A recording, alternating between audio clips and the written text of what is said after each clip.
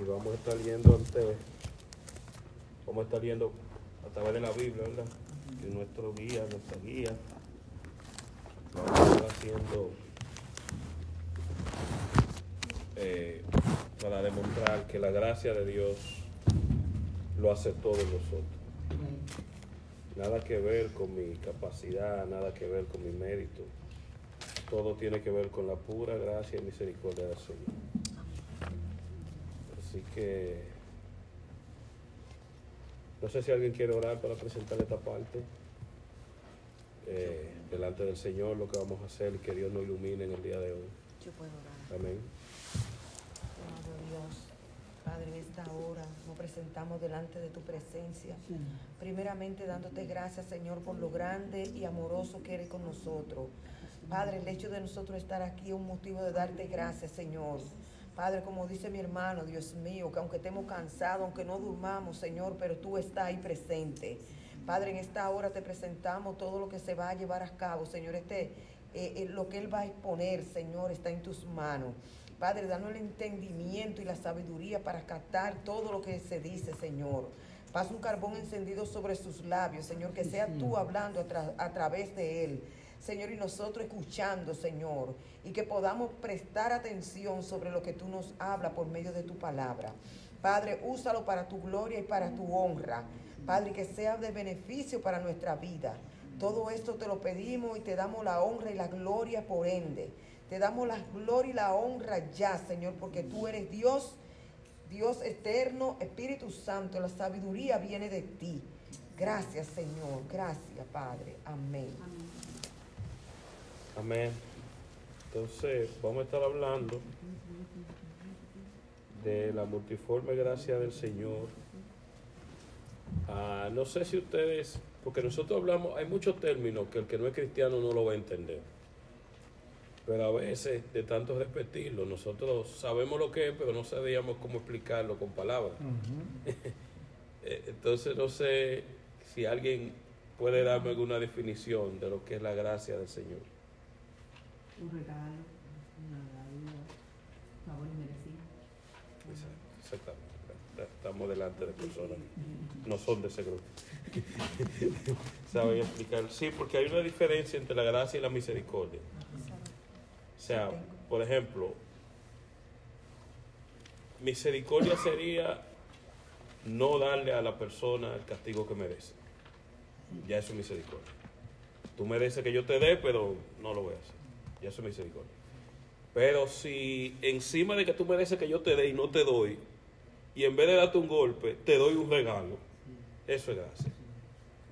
Entonces la misericordia de Dios se manifestó con nosotros en que no nos dio el castigo que merecíamos por nuestros pecados.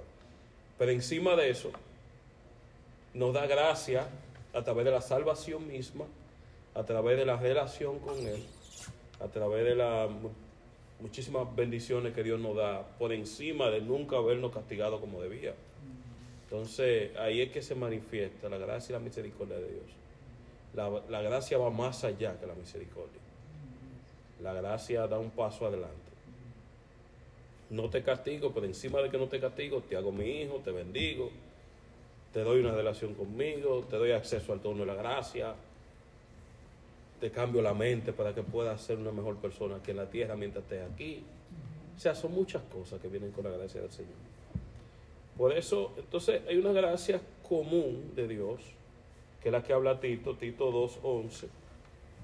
Dice, porque la gracia de Dios se ha manifestado para salvación a todos los hombres. La gracia de Dios se ha manifestado a todos los hombres, pero sabemos que no todos los hombres van a ser salvos. Aunque la gracia de Dios se manifiesta para todos ellos, solamente un grupo de personas, no diría un pequeño grupo, pero no exactamente la mayoría de personas se van a salvar. Entonces la gracia de Dios se manifestó para todos los hombres. Y Dios muestra su gracia para todo el mundo. Gracia común le llaman a eso. La gracia común que permite que el impío progrese económicamente. La gracia común que permite que el impío no se enferme. Hay gente impía que tiene mejor salud que nosotros. Y son gente que viven de espalda a Dios totalmente. O sea, y hacen de todo y no le pasa nada nunca. Esa es la gracia común de Dios que permite que el hombre disfruta de cosas que él no merece, pero que el hombre al no conocer de Dios cree que él se la ganó, o cree que eso es por su capacidad o por su sabiduría. Y es la misma gracia común que hace que llueva, ¿verdad? Como dice la Biblia, sobre malos y buenos. El sol sale sobre gente buena, el sol sale sobre gente mala. Todos dependemos del sol. Díganos, hermano. Perdón, hay de lo que tú dices, o sea, aparentemente nosotros no vemos el corazón del otro. El otro puede mostrarnos que está muy bien, o porque nosotros hemos aprendido, o es que nada le falta, ay, no tiene de lo mejor, ¿cierto? Uno muchas veces dice que, pero cuando esa persona conoce al Señor, o sea, puede estar dando cuenta, no me gustaría estar, que gracias a Dios, o por la gracia de Dios, permite conocerlo. Pero yo no creo que ninguno puede decir, si tenga lo que tenga, si está siempre lo tenga, que no lo quiera mostrar, ¿no? Que no lo quiera decir. Cuando uno se pone a leer de esas personas que millonarias y cómo empezaron, se ve que está bien vacío. O sea, se conoce realmente que no tiene a Dios. Que nos hace ver o que nos hace, ay, qué bueno poder ser como esa persona. Pero el que no tiene a Dios no tiene nada. Eso es que no lo quiera mostrar es diferente. Y como tú dices, esa gracia, ese regalo de Dios es muy valorado, muy.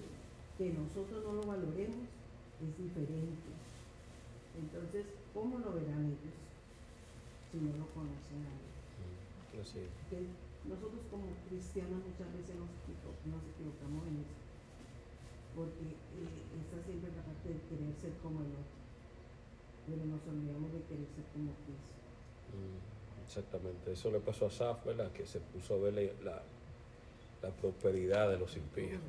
A uno le pasa eso a veces, ¿sabe? Que uno dice, ven acá, pero Señor, ¿cómo? ¿Qué está pasando aquí? Y sin embargo uno ve gente, por lo menos como usted dice, desde afuera, se ve mucho más bendecido, entre comillas, que uno. Por lo menos materialmente, en materia de salud, se ven más bendecidos que uno. Pero obviamente, como yo decía en una ocasión, el cristiano nunca es digno de lástima, nunca, hermano.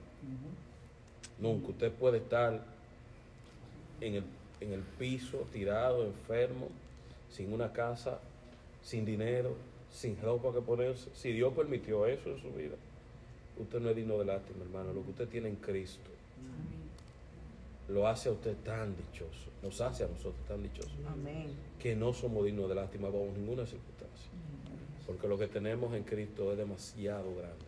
Y hay veces creemos que las personas que aparentemente no ven bien, no necesitamos que oremos por ellos, porque aparentemente no ven bien, pero necesitan. Amén. O sea, me ha pasado esa situación con mi familia. Y yo digo, verdaderamente, nos equivocamos cuando creemos que todo marcha bien. Todo va bien. Eso es.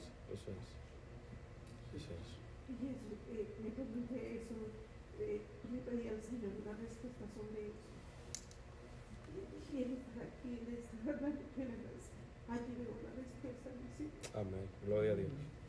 Gloria a Dios por eso. Yo, antes de convertirme, yo decía que, porque había un artista secular que yo escuchaba y tenía cierta admiración por él, que él decía en una canción que me parta un rayo si lloro. Y yo tomé esa frase para mí. Y yo, pasara lo que pasara, yo decía siendo impío, que me parta un rayo si lloro. Muriéndome por dentro. No, yo no puedo llorar. No puedo llorar. Porque me enfrentaba y parecía más feliz que ahora. Porque ahora yo lloro, que eso no tiene madre. Yo nada más hago un cambio ahora. Desde que me hinco ahora, que digo, no, yo no debo estar llorando, pero ¿sabes? Como Dios te cambia la mentalidad, o sea, Y como Dios te transforma la mente de una persona que supuestamente no iba a llorar aunque estuviera muriéndose, una persona que desde que Dios lo toca, desde que siente comunión con el Señor, desde que siente una palabra, Dios me toca de una manera tremenda y uno empieza a llorar. Entonces mucha gente en el mundo vive con esa coraza de aparentar que son lo que no son. Y bajo esa máscara, que es lo que la gente ve, para la gente que ve solamente esa parte, son gente felices, son gente que no le hace falta nada. Es como las redes sociales. Las redes sociales usted ve lo que la gente quiere que usted vea.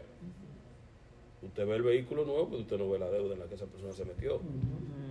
Usted ve la casa nueva, pero usted no sabe qué tan difícil se le va a hacer a esa persona pagar esa casa. Entonces solamente nos quedamos con una parte y llegamos a la conclusión de que toda la vida de esa persona es esa partecita que estamos viendo. Y cuando a veces usted se va al fondo, es totalmente diferente a lo que usted creyó, ¿verdad? Pero bueno, Dios ha mostrado su gracia para todo el mundo, aún en esas cosas. Que una persona impía, personas que inclusive maldicen a Dios, personas que dicen yo no creo en eso, personas que niegan a Dios, y usted ve que son personas prósperas económicamente, con salud, con una familia, con hijos, que ahí me da de golpe a mí, me da de frente a mí, con hijos, digo wow. Y usted ve la gracia de Dios manifestándose en esas personas. Pero la gracia que Dios ha tenido con nosotros es una gracia especial. Es una gracia especial porque sabemos que esas cosas que esas personas tienen son bienes temporales. Lo que nosotros tenemos en Cristo es algo eterno, algo que no tiene precio. Y lo que nosotros tenemos en Cristo, el mundo no lo puede arrebatar de nosotros. Tenemos la historia de mucha gente que en un momento tuvieron mucho y luego no tuvieron nada, porque lo perdieron todo. Una gente que en un momento con toda la salud del mundo tuvieron un accidente y con toda su salud, sin sufrirle nada, en un instante se le arrebató la vida. Pero lo que nosotros tenemos en Cristo, no hay circunstancia en la vida que nos pueda arrancar. ¿Quién me separará del amor de Cristo? Tribulación, angustia, hambre, desnudez, espada, nada de esas cosas. Entonces eso, la gracia de Dios para con nosotros es algo sobrenatural. Y podemos ver, vamos a estar viendo la gracia de Dios en la salvación, la gracia de Dios en los dones que tenemos, en la operación de los dones. Y son 4 puntos que vamos a estar viendo. La gracia de Dios en la salvación, la gracia de Dios en la operación de los dones, la gracia de Dios en la preservación de nosotros como santos, de los santos, de la fe, y la gracia de Dios en la glorificación. Todo comienza con la gracia de Dios y todo termina con la gracia del Señor. Y la Biblia dice, obviamente, que Jesús es la máxima manifestación de la gracia de Dios. Cuando Cristo vino a morir, ahí fue que Dios derramó su gracia sobre la humanidad de una manera tremenda. Porque el mismo Juan habla, Juan 1:14, dice, y aquel verbo fue hecho carne y habitó entre nosotros, y vimos su gloria, gloria como la del unigénito de Dios, lleno de gracia y de verdad. Cristo es la manifestación viva de la gracia de Dios para la humanidad. Una humanidad de espaldas a Dios, una humanidad que odiaba a Dios, una humanidad que no andaba buscando a Dios. Y en esa humanidad, en esa condición, Dios manda a su Hijo a morir por cada uno de los hombres y a salvar a aquellos que responden al llamado que Dios hace a través de su Hijo. Dice también Juan en el mismo capítulo 1, versos 16 y 18, porque de su plenitud tomamos todos, y gracia sobre gracia, pues la ley por medio de Moisés fue dada, pero la gracia y la verdad vinieron por medio de Jesucristo. A Dios nadie le vio jamás, el unigénito Hijo que está en el seno del Padre, Él le ha dado a conocer. De su plenitud tomamos todo y gracia sobre gracia, porque por la ley llegó a través de Moisés, pero la gracia vino a través de Jesucristo. Cristo, la mayor manifestación de gracia y de amor de Dios hacia la humanidad. Pero podemos ver también la gracia de Dios en la salvación. La gracia de Dios en la salvación. ¿Cómo se manifiesta la gracia de Dios en la salvación? En aquel día que dimos el paso para convertirnos en hijos del Señor y para seguir el ejemplo de Cristo. Fíjense lo que dice Romano, y aquí esto es un verso que tiene mucho... Hay un lío grandísimo que tiene cientos de años, nosotros no lo vamos a resolver tampoco. No creo que... Hay una discusión, una diferencia de opiniones que está desde mucho antes de usted nacer y creo que va a seguir hasta mucho después que nosotros partamos de esta tierra, si Cristo no ha venido. Que si somos predestinados o no. Pero más que tomar una de las dos partes, yo me voy a ir a lo que la Biblia dice y a lo que realmente yo entiendo que el texto está presentando aquí. Lo primero es que la Biblia habla de predestinación y de escogidos, pero la Biblia no habla de no escogidos.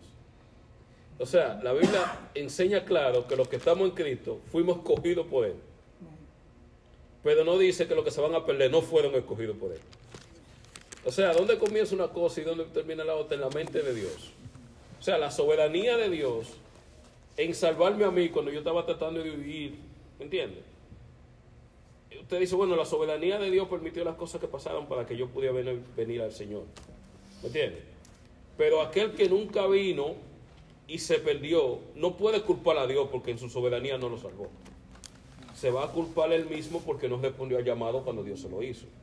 Entonces, ¿cómo nosotros podemos saber cuándo la soberanía de Dios para salvar y cuándo la misma persona alejándose de Dios hasta que se pierde en el mundo? O sea, solamente Dios sabe eso. Nosotros no tenemos nosotros no podemos meternos en la mente de Dios para investigar, bueno, aquí fue Dios, aquí no. O sea, porque no podemos acusar a Dios de la perdición de la persona. Pero sí podemos saber que el que está en Cristo fue elegido por Dios. Y que Dios dio el primer paso en esa persona. Sí, porque mire Romanos 28, 29, Romanos 8, 29 y 30. Estamos hablando de la gracia de Dios en la salvación. Porque lo que antes conoció, también lo predestinó. Miren que habla de predestinación. Para que fuesen hechos conforme a la imagen de su Hijo. Para que Él sea el primogénito entre muchos hermanos. Y a los que predestinó, a esto también llamó. Y a los que llamó, a esto también justificó. Y a los que justificó, a esto también glorificó. El punto aquí, la discusión que ha habido durante cientos de años, es que algunas personas dicen, bueno, Dios predestinó a los que Dios sabía que iban a responder al llamado. Perdón.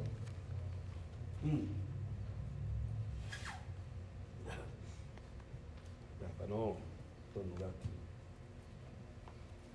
Dios predestinó a lo que Él dice, a lo que Él sabía que lo iban a escoger a Él. Otro grupo dice, no, Dios te eligió desde antes. O sea, es iniciativa de Dios haberle predestinado a lo que predestinó. Y hay otros que dicen, no, Dios lo predestinó porque sabía que lo iba a elegir. Entonces ahí hay una discusión de que si es Dios quien toma la iniciativa o es Dios quien elige sabiendo que en algún momento en la eternidad cuando esa persona viniera a la tierra lo iba a elegir. Pero el punto es que si Dios me está eligiendo a mí porque Él sabe que yo lo voy a elegir a Él, entonces yo tengo de qué gloriarme delante de Dios. Yo te elegí a ti. O tú me elegiste a mí después que tú viste que yo te iba a elegir. O sea, entonces ahí hay algo donde el hombre toma parte en la salvación y donde el hombre puede, como dicen, alzar pechito, gloriarse delante de Dios. Sí, pero me eligió porque Él sabía que yo lo iba a elegir. Entonces ahí el hombre termina adjudicándose él la decisión de haberle elegido a Dios. Entonces, pero como tú dices, Dios te eligió desde antes de tu nacer, desde la eternidad pasada, te eligió.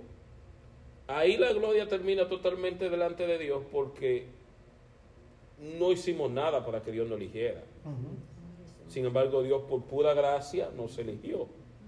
Entonces ahí como que toda la gloria recae sobre Dios y no recae sobre mí porque yo lo elegí y Él me eligió porque Él sabía que yo lo iba a elegir. Entonces el punto aquí es, ¿de quién es la gloria en todo? La gloria del Señor. Y es mucho más grande para mí saber que Dios me eligió aún sabiendo todo lo que yo iba a hacer antes de conocerlo a él. Y que al final yo lo conocí porque él me había elegido desde antes. Ahora, el que se perdió puede decir yo me perdí porque Dios no me eligió. No puede decir eso, porque la Biblia no enseña que a los perdidos fue que Dios no lo eligió. La Biblia dice que a los escogidos sí lo eligió, a los santos sí lo eligió. Pero hay una parte ahí, es como, hay un punto gris, vamos a decir así, hay una parte ahí, donde sabemos que no podemos acusar a Dios porque una persona se pierde. En el día del juicio una persona no puede decir, no, yo me perdí porque tú no me escogiste. No, espérate. Lo primero que Dios le va a presentar, como dice el pastor, 800 videos de mira el llamado aquí, mira el llamado aquí, mira el llamado aquí. ¿Te acuerdas cuando te entregaron el tratado? ¿Te acuerdas cuando una persona te predicó? ¿Te acuerdas cuando? O sea, no hay justificación. Pero aquel que llega delante de Dios en el juicio para los santos, tampoco puede decir, Señor, yo te elegí. No, Señor, toda la gloria es tuya, tú me elegiste. ¿Me entiendes? Entonces ahí hay un punto gris donde Dios no ha decidido revelar que nosotros tenemos que dejar que Dios sea Dios en ese punto. Yo le decía a un amigo mío, hace un tiempo ya, yo le decía, bueno, de lo que tú puedes estar seguro es que Dios no va a condenar a nadie que no se lo merezca. O que no se lo haya buscado. Él es justo. Exactamente, porque entonces sería Dios injusto. Hay cosas que yo no entiendo, no las vamos a entender, pero si decimos que Dios está mandando a una persona a la condenación que no lo merece, entonces estamos diciendo que Dios es injusto. Si alguien está condenado, si alguien se va a condenar, es porque realmente Dios está haciendo justicia en esa persona.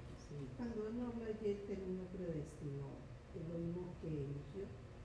Si miramos hasta la parte que siempre se habla, está escrito en Romanos, lo que fue escrito en griego, y al hacer esa parte de ver en una traducción, predestinó, desde viene, totalmente, uno puede decir antes del destino, ¿cierto? Pero en el griego, ¿qué significa ese término? Bueno, la palabra griega yo no la tengo aquí, o sea, tendría que investigar realmente. Porque yo busqué en otra versión, pero la otra versión dice, pues Dios conoció a los suyos de antemano. Exactamente. Conoció a los suyos de antemano y los eligió para que llegaran a ser como su hijo. Exacto. A fin de que su hijo fuera el hijo mayor de muchos hermanos. Después de haberlos elegido, o sea, no sé si sería ese... exactamente, no, ese punto, porque las distintas traducciones lo que buscan es a veces ser un poco más específico en algunos términos. No necesariamente tienen que decirse que en el griego ese predestinó es eligió. Exacto, sí, es básicamente lo mismo. O sea, Dios nos eligió por la pura gracia de su amor para con nosotros. Entonces, podemos decir que la predestinación y la elección es básicamente lo mismo, porque ya Dios conoce el futuro desde el pasado. Entonces, si te predestinó fue porque te eligió para salvación. Es básicamente lo mismo. Nadie nos va a arrebatar de la mano del Señor, porque ya Dios vio el futuro desde el pasado. Y no hay nada que cambie las cosas que van a pasar, así como Dios la vio y Dios sabe que va a ocurrir. Entonces, sabemos ¿verdad?, que a través de estos textos, la gracia de Dios se manifiesta en la salvación, pero siendo más específico, Pablo, pero Dios, hablando en Efesios 2, del 4 al 5, perdón, yo siempre tengo... El día que yo estoy bien, pero hay otros que no hay problema. Pablo, en Efesios 2, del 4 al 5, dice, pero Dios, que es rico en misericordia, por su gran amor con que nos amó, aun estando nosotros muertos en pecados, nos dio vida juntamente con Cristo. Por gracia sois salvos. O sea, por gracia sois salvos. No por obra, no por mérito humano, por pura gracia.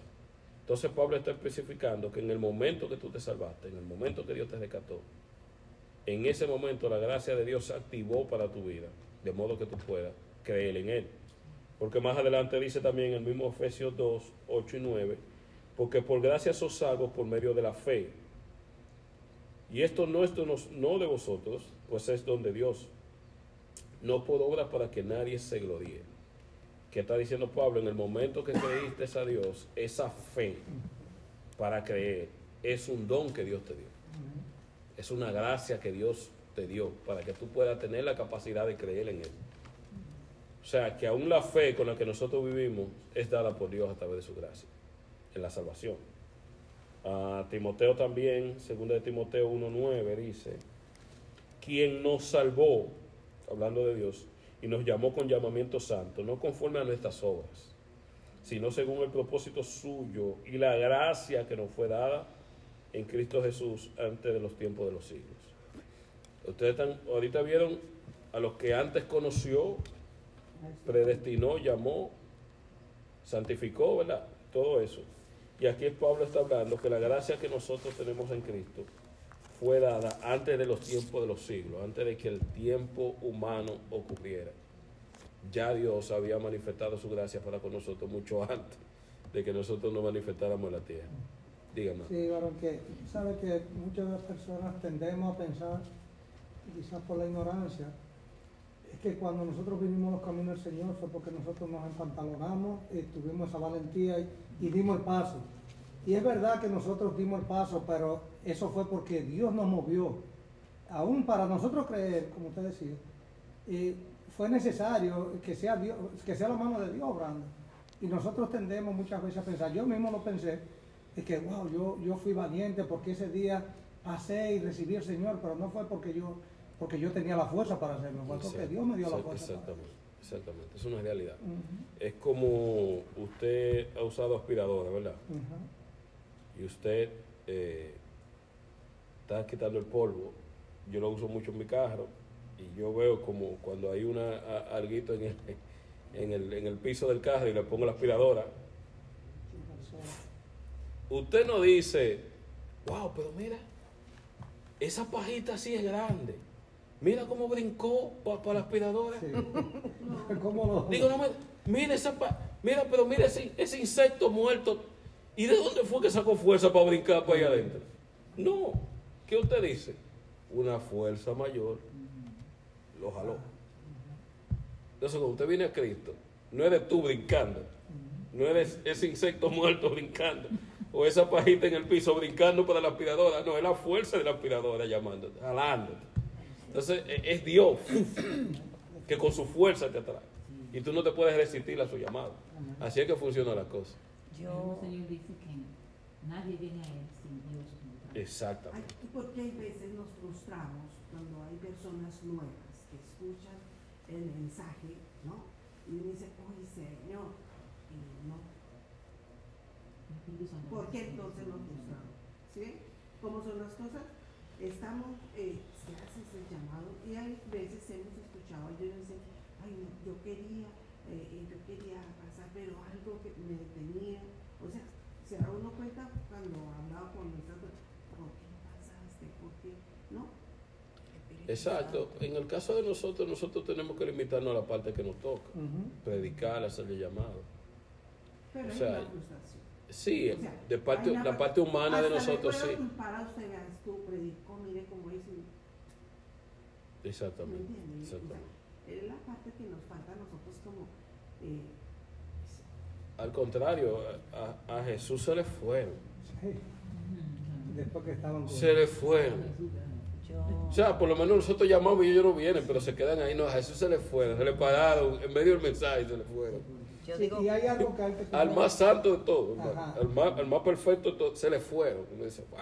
Y hay algo que debemos de tomar en cuenta, que no debe de causarnos ese tipo de frustración, porque cuando nosotros entendemos que no es nosotros, que no es nuestra fuerza, que es el Espíritu Santo el que convence del pecado, de justicia y de juicio.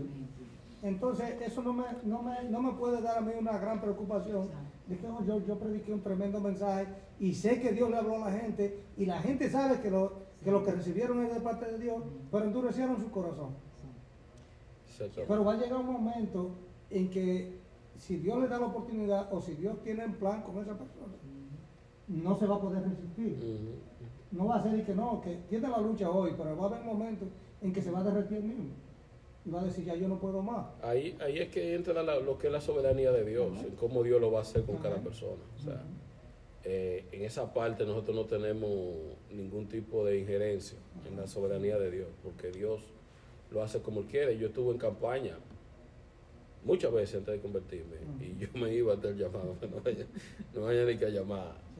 Y un día hasta pasé y oraron por mí y seguí viviendo igualito, o sea, no me convertí nada. Y yo pasé, pero yo decía de que, cuidado si es la última oportunidad que Dios me está dando. Y pasé por pasar, pero no fue de que hubo de que una conversión. Y si yo me había muerto el otro día, o hasta la semana después de haber vuelto a mi pecado, yo puedo acusar a Dios de que no, yo no. No, nunca. O sea, hubo algo en mí que no se activó en ese momento, pero luego, entonces sí, yo busqué al Señor.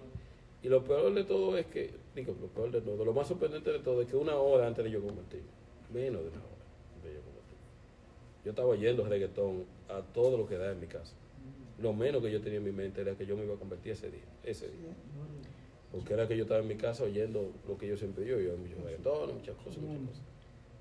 Yo digo que Dios tiene un tiempo para todo, porque el tiempo de Dios es perfecto. Cuando Él llama, usted no se devuelve. Al igual que tú, yo una vez, yo estuve apartado de los caminos de Dios por 4 o 5 años. Y yo recuerdo que mi hija era orando cesantemente. Por eso hay que seguir orando por aquella persona que se ha apartado de los caminos de Dios, porque le es difícil. Por más que usted quiera volver, usted quiere y pone un pie y vuelve. Pero el día que Dios decidió llamarme, el Espíritu Santo decidió convencerme de pecado, ese día yo fui al templo, pero yo no fui a arrepentirme. Yo fui porque fui a acompañar a mi hija. Pero yo no sé cómo fue que yo pasé adelante. Yo sé que yo pasé llorando. Yo sé que yo pasé compungida. Y yo sé que fue una mano que me llevó hacia adelante, porque yo no fui a arrepentirme ese día, porque yo estaba reverde, renuente. Y yo recuerdo que después de haberme arrepentido así, en esa condición que ya el Espíritu Santo me había tocado, yo volví a la casa. Pero cuando volví a la casa, me dice mi hija, mami, tú tienes que decirle a todo el mundo que tú eres cristiano, porque mi hija era jovencita. Y ella tenía ese anhelo, ella nunca se ha apartado de los caminos de Dios, que es mi hija mayor. Y yo... Atrévete a decir que yo me arrepentí, porque yo me arrepentí que Dios hizo lo que hizo en mi vida. No te atrevas, que yo no lo, y yo ahí renuente. Pero cuando el Espíritu Santo fue trabajando en mi vida, he seguido adelante y he seguido creciendo. El tiempo de Dios es perfecto. Por eso dice Eclesiastés que hay un tiempo para todo. El tiempo de sembrar y si seguimos, hay mucho tiempo. Y ese es el tiempo del Señor. Yo escucho una historia real, de alguien que estaba predicando, y en medio de la predica él hizo esta anécdota. Un señor de 90 y pico de años se convirtió recordando un mensaje, una prédica, una enseñanza bíblica que le dieron cuando él tenía como 7, 8 años. Y ya tenía 90 y pico. Y recordando eso que le dijeron, se convirtió a los 90 y pico. Qué Dios perfecto. Increíble, después de tanto tiempo, lo más que usted va a pensar. En realidad ese es nuestro trabajo, predicar. Exacto, la semilla fue sembrada y tuvo ahí por... Luego después tú puedes ver ese fruto. Hay muchas 80 años guardada esa semilla ahí. Y wow. Y fue un momento como de peligro, como que él se vio como en un peligro. No recuerdo bien la anécdota. El caso fue que ese mensaje de cuando él tenía como 9, 10, 8 años, no recuerdo, fue que lo convenció a él después a los 90 años de convertirse así. Y precisamente eso, Aaron, por eso es que no puede haber frustración en nosotros cuando llevamos la palabra, porque nosotros la llevamos y es posible. Por eso Pablo, había esa disección. Pablo se sintió mal porque unos decían yo soy de Apolo y otros decían yo soy de Pablo, y Pablo se sintió tan mal y dijo, pero ¿quién es Apolo y quién soy yo? Ninguno de los dos. Uno siembra y otro riega, pero el crecimiento lo da Dios. Es posible que ese mensaje que usted predicó hace 3 semanas, predique entonces otra persona y no sea un mensaje con tanta con tanto rebuscado, pompa, y con tanta cosa, y venga la persona, esa persona no se está convirtiendo quizás por ese mensaje de ese día, sino por ese mensaje que usted predicó hace un mes. Y una acumulación, ¿verdad? Amén. De qué cosa. Helen, ¿iba a decir algo? No, sobre lo que estabas diciendo de sembrar. Anoche estaba hablando yo con Liliana, de que nosotros debemos sembrar muchas veces hasta en los niños. Hablamos de esa parte, que nosotros tenemos que buscar niños y traerlos a la iglesia, que uno no sabe cuándo ese niño va a crecer aunque sus padres no sean cristianos, y eso hasta atrae a sus padres. Tenemos que usar esas estrategias. Entonces, yo he visto muchos casos de familias que, bueno, Brígida lo dijo, que su hija era la única, y Liana me está diciendo que sus padres no eran cristianos y ellos lo mandaban a la iglesia, chiquito y mira cómo ha pasado el tiempo y se ven los frutos que no debemos dejar de sembrar. Exacto, y nosotros a veces subestimamos la capacidad de los niños de absorción y de aprender. A veces nosotros, un niño, ay hombre, hermano, los niños sorprenden con las cosas que aprenden. Y perdón que te interrumpa, eso me recordó a mí, mi primera evangelización personal, me la dieron a mi niña. Y nunca se me ha olvidado la persona que Dios escogió, ni se imaginaba. Y eso fue algo, que fue la historia de Nicodemo. Mire, que marcó mi vida para siempre. Tremendo. Y me recuerdo como que si fue ayer. Tremendo. Sí, la palabra de Dios tiene esa capacidad, hermano, de marcarte. ¿Sí? Y los niños tienen una capacidad de absorber cosas que ven, que la gente ni cuenta se da. Yo tengo un amigo, no es cristiano, y él es una persona que nunca está de mal humor. Y en su casa, él veía algo en la televisión o estábamos hablando con algo, y él siempre decía, ¡ay, Toño! O sea, la palabra. Sí. Cada vez que él se reía, decía, ¡ay, Toño! La niña de 1 año, de 2 años, 1 año y pico, riéndose, ¡ay, Toño! ¿De dónde sale eso? Lo vio y lo repite. Los buenos ejemplos y los malos ejemplos también. Entonces nosotros a veces subestimamos la capacidad del niño. ¿Usted iba a decir algo? No. Okay. ¿Por qué usted cree que Satanás está tan empeñado en dañar la mente de los niños? Y mientras más temprano lo tome, mejor. Porque él sabe que lo que un niño lo marca desde pequeño se queda con él casi para siempre. Yo tenía, la familia mía, la mayoría, en un tiempo, cuando yo era niño, yo era el más pequeño de la casa, y muchas de mis hermanas se convirtieron a la iglesia adventista. Después, yo no estoy de acuerdo con toda la doctrina adventista, pero por lo menos ellos enseñan que Cristo es el Hijo de Dios y que vino a salvar. Por lo menos esa parte. Y a mí me llevaban cuando niño a la iglesia adventista. Y cuando iba creciendo, siempre los sábados, que la escuelita bíblica con los niños. Y a mí se me sembró una base en la iglesia adventista, que yo aun cuando era grande y era inconverso, yo sabía que yo estaba perdido. Y yo sabía que si yo me moría en esa condición, yo me iba a perder. Y yo sabía que yo no estaba haciendo la voluntad del Señor. O sea, independientemente de mi condición, yo sabía cuál era. Porque hay gente, la mayoría de gente impía, ellos no creen que ellos se van a perder, ellos creen que son gente buena, ellos creen que no necesitan arrepentirse, ellos creen que ellos no le hacen mucho daño, no le hacen daño a nadie. O sea, no, pero yo no, yo siempre supe, no, yo estoy mal. Sí. Yo estoy mal y si me muero, yo sé que no voy para el cielo. Pero fue por esa base que se me puso de pequeño.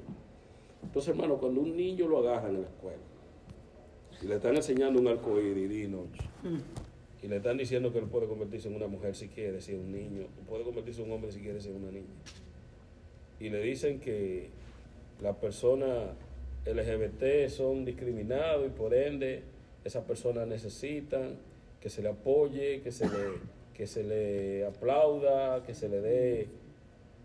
Hermano, si usted no hace un trabajo rápido en esa mente de ese niño, eso se va a quedar con ellos. Y ellos van a crecer admirando ese estilo de vida. ¿Por qué? Porque desde niño se le viene diciendo. Entonces nosotros subestimamos muchas veces la capacidad de un niño de aprender. Pero Satanás lo sabe. Sí. Él sabe que a nosotros no nos puede venir con eso. Pero al niño sí. ¿Por qué? Porque el niño es fácilmente manipulable para lo bueno o para lo malo. Y los niños absorben la enseñanza que se le dan y se les repite. Sí. Tú sabes, Maloni, que, perdona que te interrumpa, el niño, mi nieto, yo lo traigo aquí, pero ya él sabe, a veces yo estoy cambiando la música, buscando música cristiana, porque a veces me cambian el radio o algo, y cuando paso dice, caramba, eso no es cristiano, Y él sabe que cuando él está enfermo se ora y se sana. Y ya él dice, cualquier cosa que él tenga, en estos días tenía un diente de que le dolía porque se dio en la escuela. Y me dice, grama, ya él va donde mi grama, me duele el diente, pero es para que yo ore por él. Y cualquier cosa, él antes, cuando era bebé, como él estaba criándose con su papá y su papá estaba medio reverde, él no quería ni saber de mí, para nada en el mundo ni saber de venir al templo. Él decía que a él no le gustaba la iglesia, chiquitito. Pero cuando él me vio que él siempre entraba a mi cuarto, me veía orando, me veía con la palabra, ya él sabe, ya él ama venir aquí al templo. Sea de que por jugar con los niños, pero a él se le entra la palabra y él está ahí y tú lo ves gozando. O sea, anoche yo me admiraba, usted lo vio, Tony, gozándose ahí, bailando la música. Pero ya él ama y dice, y le dice a su mamá, mami, tú no vas al templo, tú tienes que ir. Ya él le está diciendo y se le está sembrando. Y yo sé que en el futuro, yo un día no voy a estar, pero eso fue un futuro evangelista, un futuro orador, porque él está aprendiendo a orar. Ya él sabe que cuando está enfermo hay que pasarlo adelante, aunque yo ore. Yo quiero que tú me lleves para que el pastor ore, aunque yo ore. Y él se sana. Van absorbiendo todo eso, hermano. Van absorbiendo de una manera. Exactamente. Exactamente. Ellos van a ser influenciados por el ambiente donde usted lo cría, sea para bien o sea para mal. Y así son los niños, así son. Y así fuimos nosotros también cuando fuimos niños. Fuimos grandemente influenciados por el ambiente donde estuvimos. Y así es. Hay una historia de un amigo mío, él me estuvo contando que él, a su niño, un niño tenía como 2 años ya. Y el niño de él, antes de acostarse, siempre como que se hincaban y oraban y se iban a acostar. El niño no sabía lo que el papá estaba haciendo, pero el niño se hincaba también. Como su papá, imagínate, un niño de 2 años no puede articular palabras, ¿verdad? Pero por lo menos se hincaba. Y en una ocasión, él lo mandó a acostar y dice, no, ya es hora de dormir. Y por una razón u otra, él no se hincó con él. Y el niño fue y se hincó él solo. Oh. Es una cosa tremenda, la costumbre. Lo acostumbró a hincarse y el niño fue y se hincó él solo. Y él dice que se quebró esa vez cuando dijo, wow, realmente funciona, ¿verdad? El niño no sabe con quién está hablando. Un niño de 2 años, 2 años y pico, pero ya el niño sabe que hay algo que él tiene que hacer, que hincarse antes de dormir. Y salen predicadores. Tremendo. ¿Sabe por qué? Porque, perdone que hable mucho, mi hijo acostumbró a hacer su devocional con sus hijos. Aunque él venga cansado, muerto, él lee la Biblia y tienen que hacerse devocional todas las noches. Pues tocó la ocasión de que la niña le dio una apendicitis y era para los días de Santa Claus, cuando llevaban los regalos. Entonces cuando le iban a operar, le dijo la doctora que Santa Claus le va a traer un regalo, que sé yo, que ella le dijo, yo no creo en Santa Claus. Y le predicó, ella ahí le predicó la palabra que tenía que predicarle. Ella decía que ella no creía, que ella creía en Jesús. Y el varoncito, ellos predican su palabra, pero es porque ellos lo están incluyendo. Amén, así es. Entonces, como vimos ya, ¿verdad? Para ir avanzando un poco, la gracia de Dios en la salvación, porque la fe con la que creímos fue dada por el mismo Dios, cómo Dios nos escogió desde antes de que los tiempos existieran, cómo nos hizo llamamiento a través de la gracia que se nos dio en Cristo, desde antes, ¿verdad? Como decía Pablo, desde antes de los tiempos de los siglos. Pero una vez usted es salvo ya, usted se salvó, Dios lo salvó, ¿verdad? Le dio la gracia para que usted pueda creer y darle ese paso. Los dones que usted recibe también los recibe por gracia.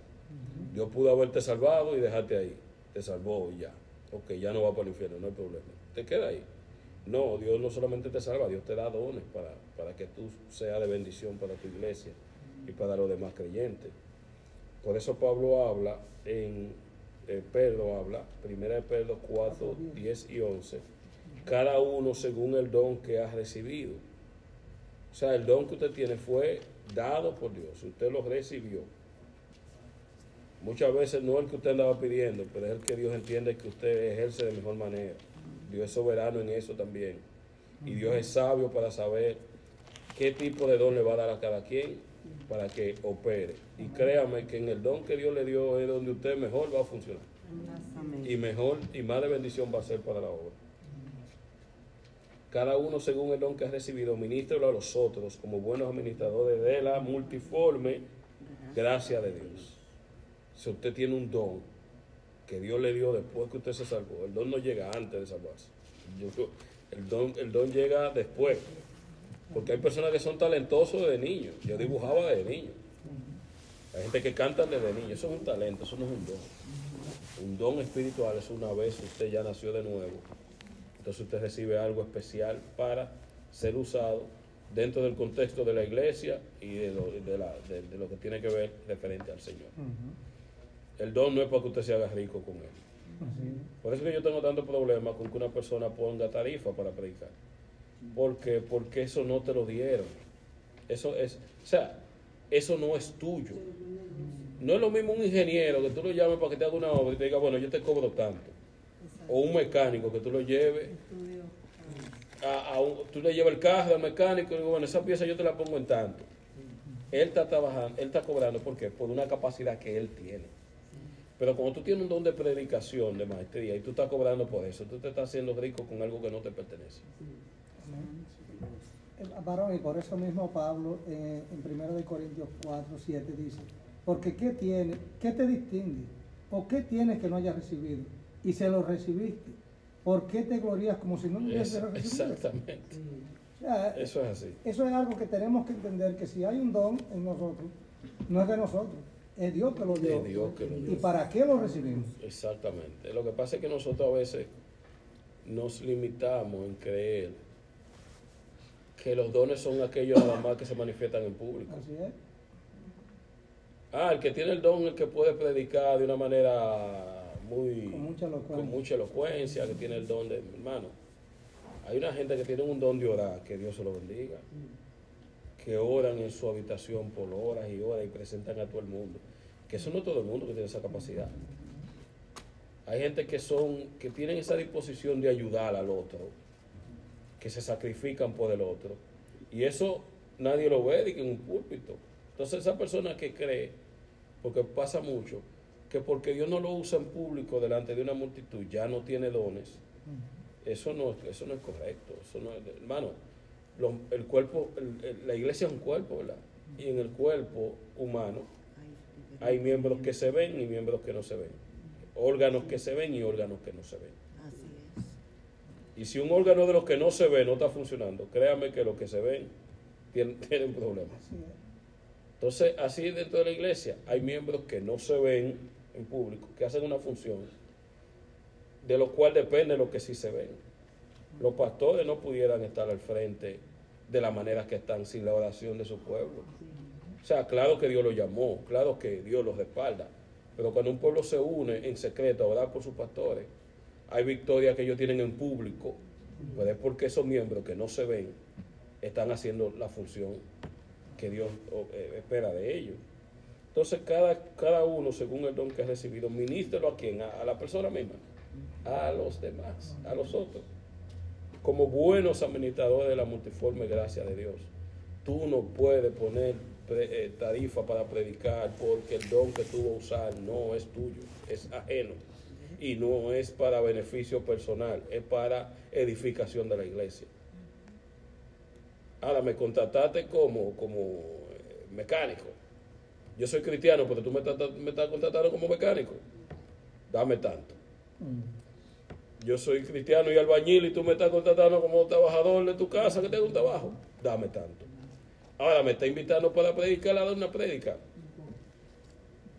Si Dios pone algo en tu corazón, adelante, pero yo no te voy a pedir. ¿Por qué? Porque el ejercer ese don es algo que tiene que ser de manera gratuita, como Dios me lo dio a mí, de manera gratuita, y para beneficio de los hermanos, no para beneficio personal mío. Entonces ahí es que choca, ahí es que yo tengo esa diferencia grande, con personas que están pidiendo hasta $7,000 por noche. Hay ejemplos de gente que te piden hasta $7,000 por noche. Si son dos, ya tú sabes, súmale. Entonces, pero ok, sabemos que te van a dar una ofrenda, Sabemos que si te invitan a otro país, la persona que te invita por lo menos debe cubrir tu vuelo, tu estadía en un hotel, porque te está invitando. Y tiene que darte una ofrenda también, porque tú eres una persona que tiene hijos, que tiene esposa, que tiene... Perfecto. Pero de ahí a tú decir que si no me dan tanto, no voy. Tú estás usando el don de Dios para beneficio personal. Exacto, y tiene que ser hoteles de tal, vuelo de primera clase. Sí, que lo recoge la universidad tal. Eso es cosa seria, cristianos y Y tan malos son ellos como lo invitan, idealmente cumplen con eso. Sí, porque imagínate. También están recibiendo por... Exacto, también, sí, porque muchas veces se cubre entrada también, no tú invites a esa gente. Entonces hay una ganancia también para el que te invitando.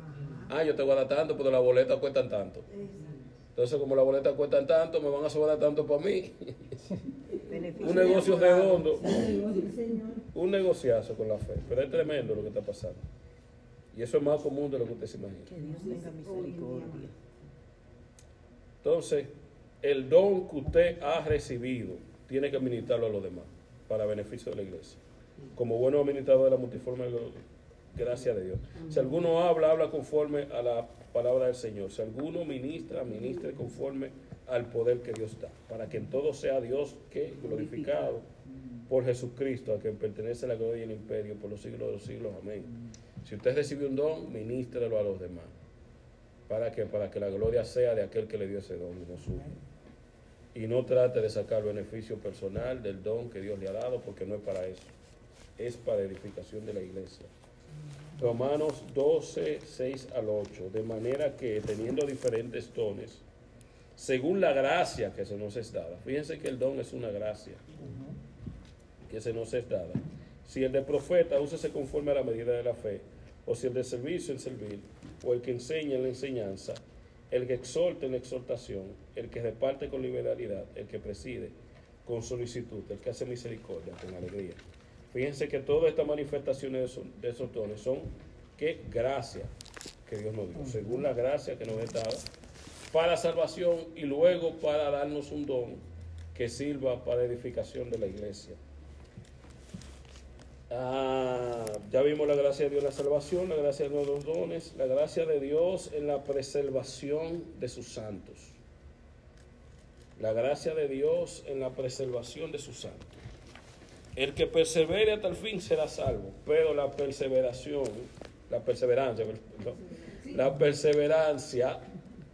es el lado humano de la preservación de Dios. Son dos caras de la misma moneda. Yo persevero, usted persevera en la fe. Estamos perseverando en la fe. Pero estamos perseverando en la fe porque Dios nos está preservando. ¿Me entiendes? Son dos caras de la misma moneda. Tú no puedes quedarte con la que yo estoy perseverando, ¿no? ¿Me entiendes? Tú estás perseverando porque Dios te está preservando en la fe. Y eso es la gracia de Dios también. Y hay un texto muy conocido que nosotros hemos leído y hemos predicado de él mucho.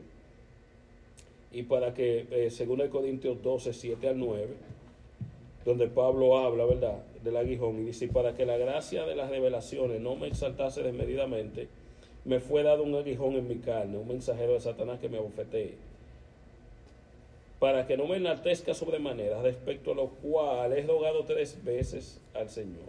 3 veces he rogado al Señor, para que lo quite de mí, y me ha dicho: bástate mi gracia, porque mi poder se perfecciona en la debilidad. Fíjense lo importante que es aquí, que aunque Pablo tenía un don, Pablo tenía mucho don, pero tenía un aguijón en la carne, que no sabemos lo que era, pero era algo que lo atormentaba. Sin embargo, cuando él ora a Dios, Dios le dice: bástate en mi gracia. Y es como yo he dicho muchas veces, todos los hombres de Dios y mujeres de Dios tenemos aguijones con los que tenemos que luchar diariamente. Esa parte de debilidad tuya, esa parte donde tú sabes que si Dios no interviene, te fuiste. Unos son de una manera, otros son de otra. Pero todos tenemos aguijones de los cuales tenemos que depender de Dios y de la gracia del Señor. Sin embargo, Dios no le quita el aguijón a Pablo. Dios le dice, bástate mi gracia te sostiene por encima de esa debilidad. Entonces nosotros los creyentes, después que usted tiene que sea 2 semanas en el Evangelio, usted se va a dar cuenta que usted es una persona débil, totalmente. En muchos aspectos de la vida usted es débil, y usted con su propia fuerza no puede vivir la vida cristiana. ¿Qué te ha hecho mantenerte por años en el camino, aún con tu debilidad? La gracia de Dios, que te sostiene en medio de tu debilidad. Bástate mi gracia, porque mi poder se perfecciona en la debilidad. En la debilidad de nosotros como creyentes, Dios se perfecciona ayudándonos a permanecer en el camino. Entonces por eso vemos la gracia de Dios en la preservación de su pueblo. La gracia de Dios en ayudarte a caminar por encima de tu debilidad, por encima de tu aguijón y por encima de tus pruebas. Supervisando, que Dios está supervisando cada prueba, cada dificultad que llega a tu vida, para que no sobrepase tu capacidad como creyente de soportar. Por eso Pablo dice, Dios justamente con la prueba, ¿qué va a dar? Para que podamos soportar, para que podamos soportar. O sea, Dios no nos da prueba que no podemos soportar, porque todos tenemos límites. Todos tenemos límites. Hay una canción que se hizo famosa hace un par de años, que dice, prueba de todo. Sí, de todo lo que Dios permite en tu vida, pero no de todo lo que hay allá afuera, porque Dios sabe que tú tienes un límite. Yo soy a prueba de todo, sí, a prueba de todo lo que Dios ha permitido, porque Dios se ha asegurado que no sobrepase tu límite. Ahí es que está la clave. Yo he sido a prueba de todo, sí, pero a prueba de lo que Dios ha permitido y de lo que Dios sabe que no te va a doblegar como creyente, de modo que tú niegues la fe. A eso sí tú eres prueba. Y eso lo sabe Dios inclusive antes de ti, porque Dios, somos como como decía un creyente, somos como una carta, ¿verdad? Que estamos en Cristo. Cuando usted recibe una carta, usted no lee lo que está afuera, usted lee lo que está dentro. Entonces Cristo, nosotros somos esa carta que está en Cristo. Todo lo que toca la carta, todo lo que toca a nosotros dentro de la carta que es Cristo, lo toca a Él primero. Entonces todas las pruebas son supervisadas por Dios y todos los procesos son supervisados por Dios, para que usted no sea sometido a una prueba mayor que la que usted puede soportar. Yo siempre oro de esa manera. Digo, Señor, tu palabra lo dice, no me meta en situaciones donde sobrepase el nivel de fe que tú sabes que yo tengo. No me meta en un problema donde yo me vea tentado a negarte. Si tú me vas a procesar, amén, pero tú sabrás lo que yo puedo soportar y lo que no puedo soportar. Entonces, la gracia de Dios se perfecciona en esa debilidad. Debilidad con la que estamos luchando por años, pero debilidad con la que podemos seguir hacia adelante en el camino por encima de ella. ¿Por qué? Porque la gracia de Dios se perfecciona en esa debilidad precisamente. 1 Corintios 15, 10. 1 Corintios 15, 10. Pero por la gracia de Dios soy lo que soy, y su gracia no ha sido en vano para conmigo. Antes he trabajado más que todos ellos, pero no yo, sino la gracia de Dios conmigo. ¿Qué hacía que Pablo tuviera la capacidad de hacer lo que él hacía? La gracia de Dios. ¿Qué hacía que Pablo tuviera la perseverancia que él tenía? La gracia de Dios. En medio de sus debilidades como ser humano, por la gracia de Dios, él era lo que él era. Él era un apóstol que permaneció, que predicó, que hizo muchas obras, que Dios sanó mucha gente a través de él, pero por pura gracia. La gracia de Dios que te salva, la misma gracia de Dios que te da los dones, pero es la misma gracia de Dios que te sostiene, para que tú puedas permanecer en el camino por encima de tus debilidades como ser humano. Pero también en Romanos 5:10 hay algo que, aunque no menciona la gracia, pero sí está implícitamente ahí en el texto. Romanos 5:10 dice, porque si siendo enemigos fuimos reconciliados con Dios por la muerte de su Hijo, mucho más estando reconciliados seremos salvos por su vida. ¿Qué está diciendo Pablo? Si cuando Dios era enemigo, si cuando tú eres enemigo de Dios, Dios envió a su Hijo para que muera por ti, para que tú puedas ser salvo, ¿cuánto más ahora que no eres enemigo sino hijo, Dios te va a sostener? Si Dios se aseguró de que tú no te perdieras cuando eres enemigo de Él, Dios se va a asegurar que ahora que tú eres hijo de él, dime tú. Yo tuve una discusión ayer, no una discusión, porque uno comenta y cosas. Y hay un canal de YouTube que yo a veces veía ciertos videos de ellos, pero últimamente en todos los videos, bueno, por lo menos lo que yo he visto últimamente, tampoco que estoy viendo videos todos los días de ellos, pero hay veces que, déjame ver qué están hablando esta gente. En todos los videos que yo he visto recientemente, ellos están pidiendo dinero. Ellos están pidiendo dinero y ya están hablando de pacto, y ya están hablando de que fulano pactó, y ya están hablando de que tu milagro viene, da el primer paso, atrévete y cree. Y yo, como no me quedo callado en algunas cosas, a veces sí, a veces no, comento en el chat, en vivo, digo, pero no hay un live en el que ustedes no estén pidiendo dinero, no hay uno por ahí. Y me contestaron algunos de los hermanos, de los que estaban ahí. No, porque tú hablando por tu unidad ni ayuda. Le digo, vuelvo y contesto y comento, digo, ¿cómo tú sabes que yo no ayudo? Que yo no me deje manipular son otra cosa, pero ¿cómo tú sabes que yo no ayudo? No, porque... No, porque... Entonces ellos, que pidan ofrenda para algo no es malo en sí mismo. ¿Entiendes?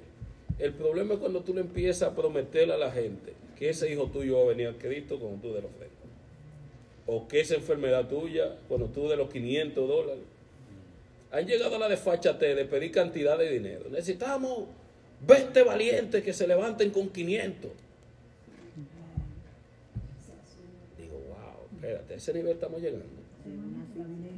20 valientes que le crean a Dios, porque en medio de la escasez Isaac sembró y cosechó a 100 por uno. ¿La Biblia dice eso? Sí. Ahora, ¿lo hizo Isaac para cosechar a 100 por uno sugestionando a Dios?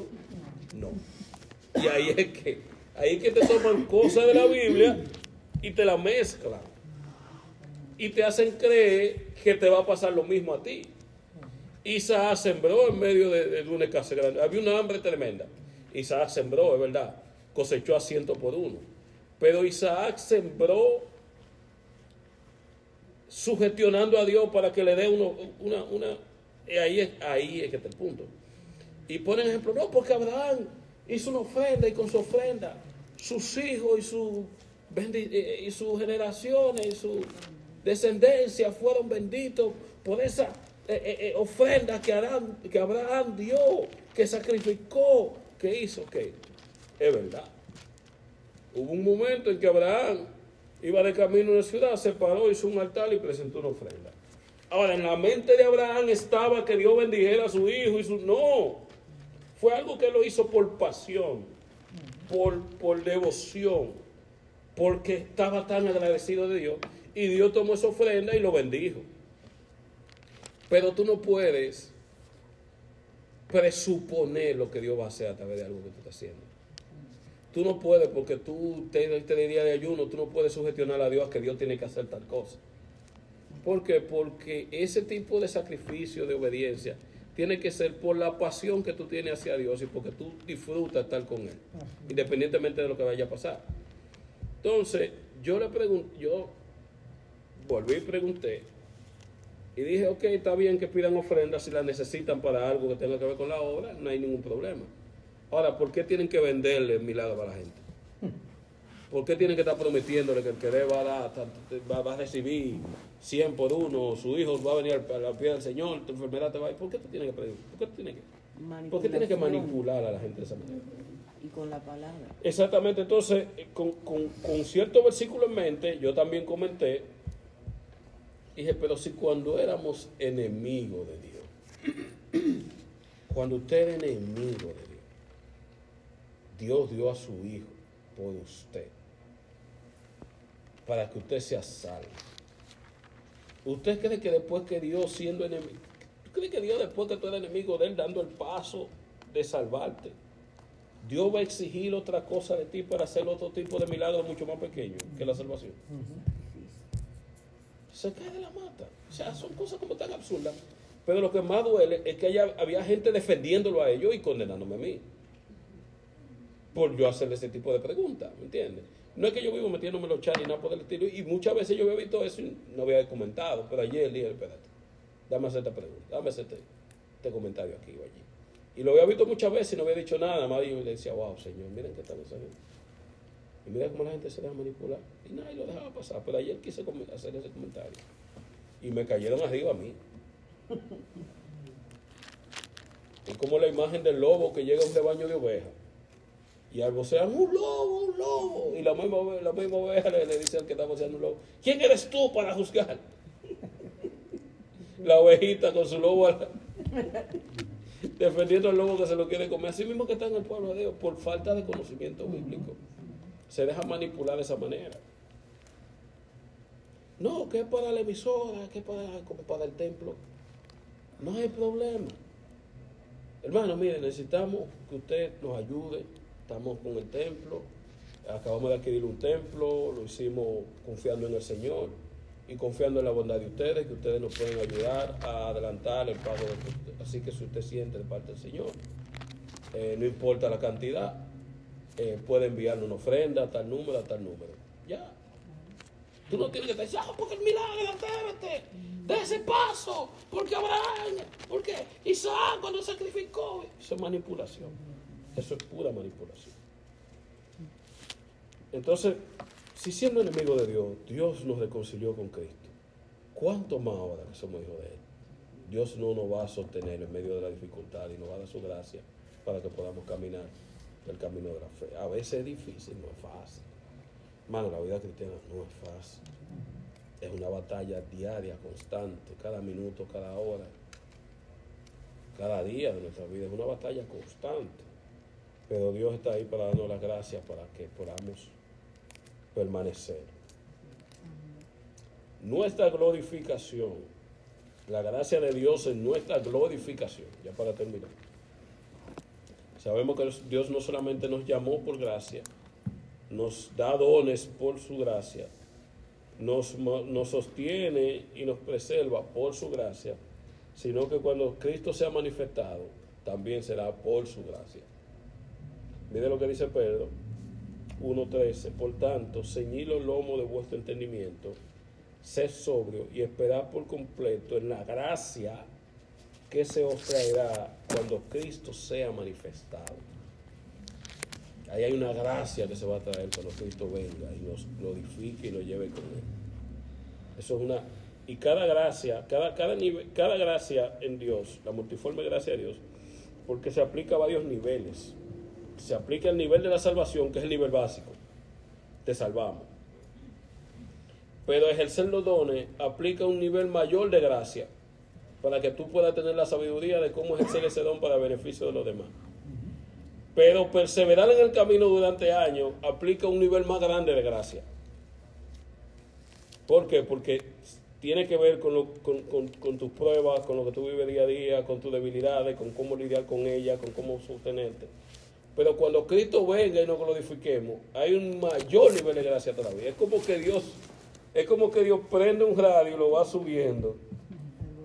Te salvó, pero para los dones un chin más, para que puedas usarlo de manera sabia y de edificación, para que dure varios años ejerciendo tu don, siendo salvo. Hay que subirle un poquito más.